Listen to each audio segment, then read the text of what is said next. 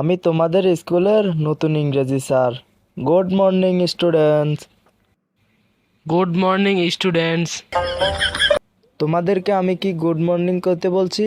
Good morning অর্থ হচ্ছে শুভ সকাল, আর স্টুডেন্ট মানে হচ্ছে ছাত্রছাত্রী। আচ্ছা ঠিক আছে, হাউ আর ইউ? স্যার শুভ সকাল। আরে পাগলা, হাউ আর ইউ মানে হচ্ছে তোমরা কেমন আছো। আমরা ভালো আছি স্যার, আপনি কেমন আছেন? আমি তো ভালোই আছিলাম। এখন আমি কোন স্কুলে আসলাম রে বাবা? ক্লাস এইটের ছাত্র গুড মর্নিং স্টুডেন্ট মানে জানে না। এরা ক্লাস এইটে উঠলো কেমনে? আচ্ছা কত দেখি, তোরা কি এই স্কুলের ছাত্র, নাকি তোরা বাইরে গরু টরু চড়াচ্ছিলি, ওখান থেকে চলে এসে স্কুলে বসছিস?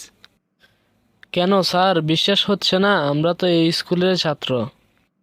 আমরা সেই হাঁটা শেখার পর থেকে এই স্কুলে আসি। হ্যাঁ হ্যাঁ, আমি বুঝছি তোরা এই স্কুলেরই ছাত্র।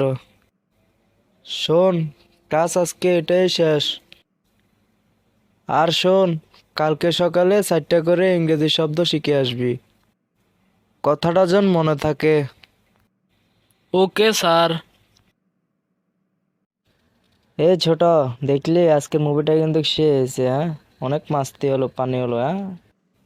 ভাইয়া মুভি দেখে তো মজা পাইছি, কিন্তু আজকে আমাদের স্যার বলছে কালকে থেকে 4টা ইংরেজি শব্দ শিখে যেতে। যদি না শিখে যাই তাহলে জানি কি করবে, আল্লাহই জানে।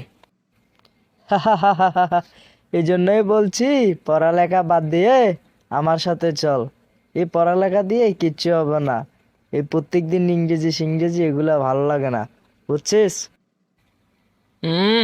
আমি কি তোর মতো বাদাম না হব নাকি? আমি পড়াশোনা করে একটি বড় অফিসার হব। আরে যা যা, দেখা যাবে কত বড় অফিসার হবি।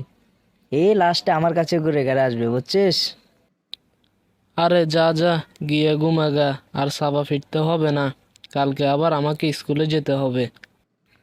ওকে ঠিক আছে, বাই বাই, চলে যা তাহলে।